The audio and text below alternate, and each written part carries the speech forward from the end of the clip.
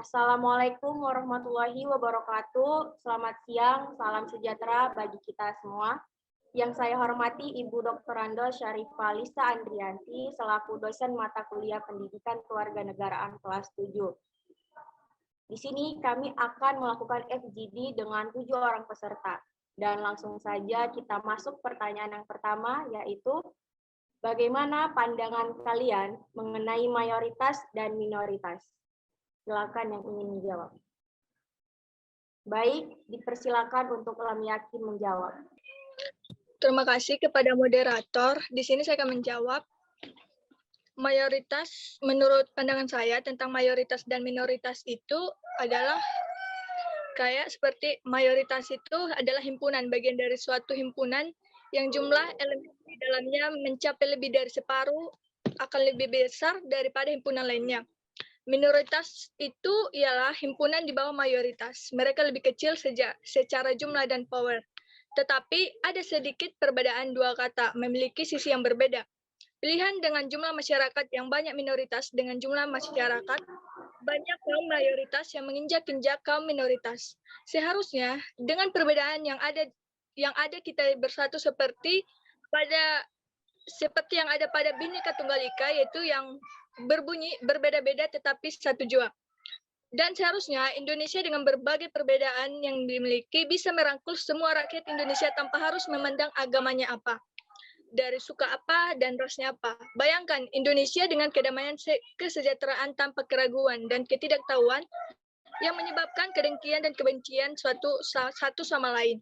Karena kita berdiri di tanah yang Indonesia, kita berdiri di tanah yang sama, tanah Indonesia. Sekian dari saya. Langsung saja untuk Ferianto menjawab. Pandangan saya tentang menjadi mayoritas dan minoritas. Menjadi mayoritas maupun minoritas bukan merupakan suatu keuntungan maupun kerugian.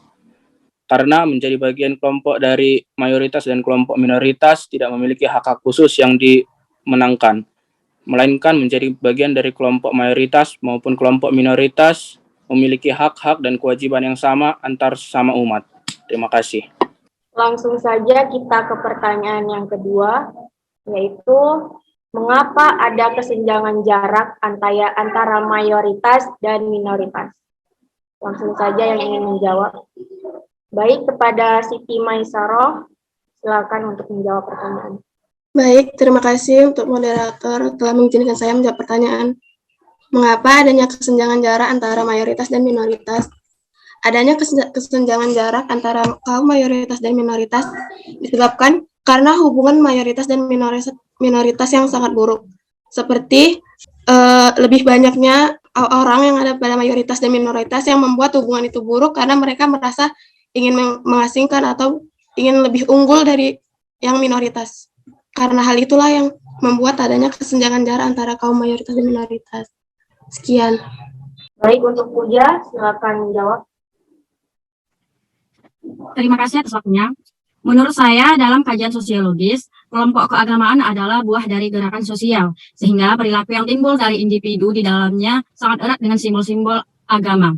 Persoalannya adalah sejauh mana peranan simbol-simbol agama yang ilahi atau heavenly itu mengejawantah dalam ranah sosial, ketika kelompok mayoritas dan minoritas dari berbagai agama yang ada dan yang berbeda saling bergaul dalam suatu masyarakat.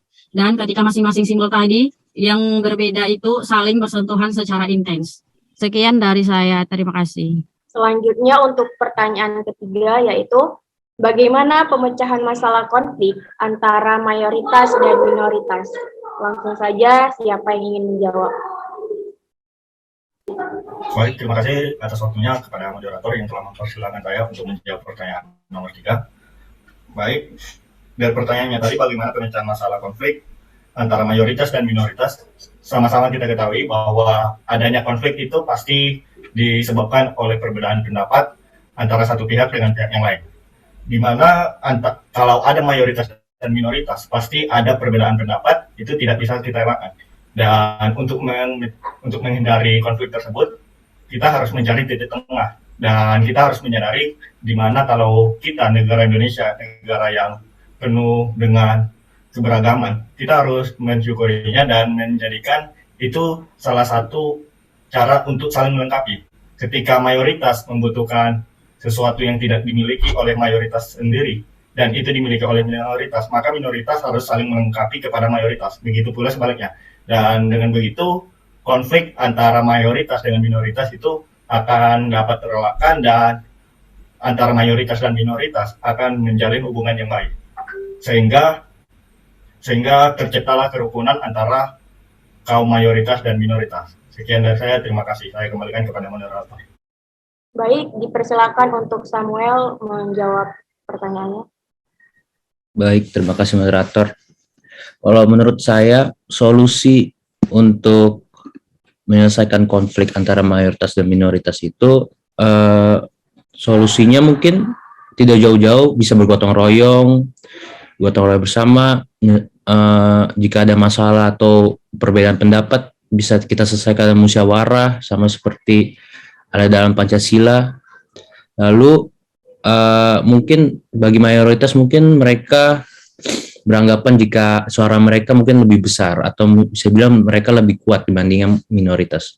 Dan itu adalah persepsi yang harus kita hilangkan, di mana sebagai mahasiswa kita harus tahu siapa kita di mana, dan kita negara apa.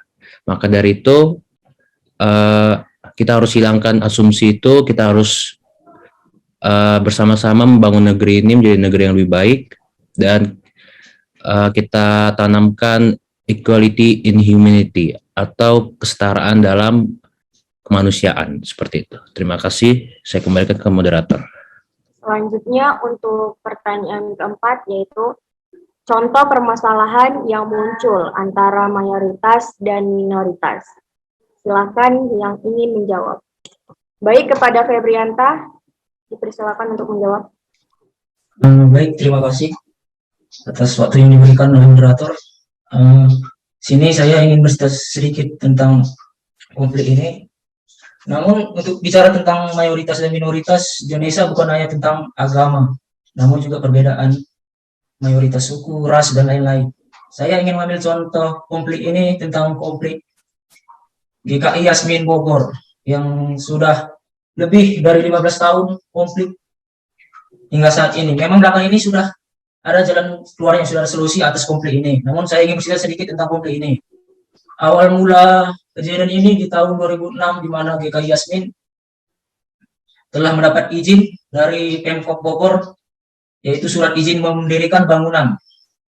Namun pihak mayoritas sekitar,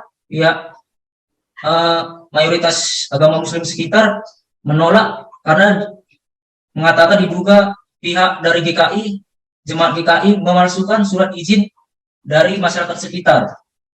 Hingga kasus ini dibilang cukup besar, bahkan cukup banyak yang menarik hingga mancanegara.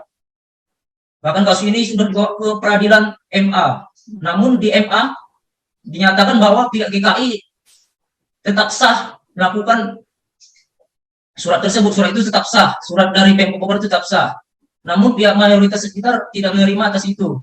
Hingga akhirnya pihak Pemkab Bogor menarik surat izin tersebut.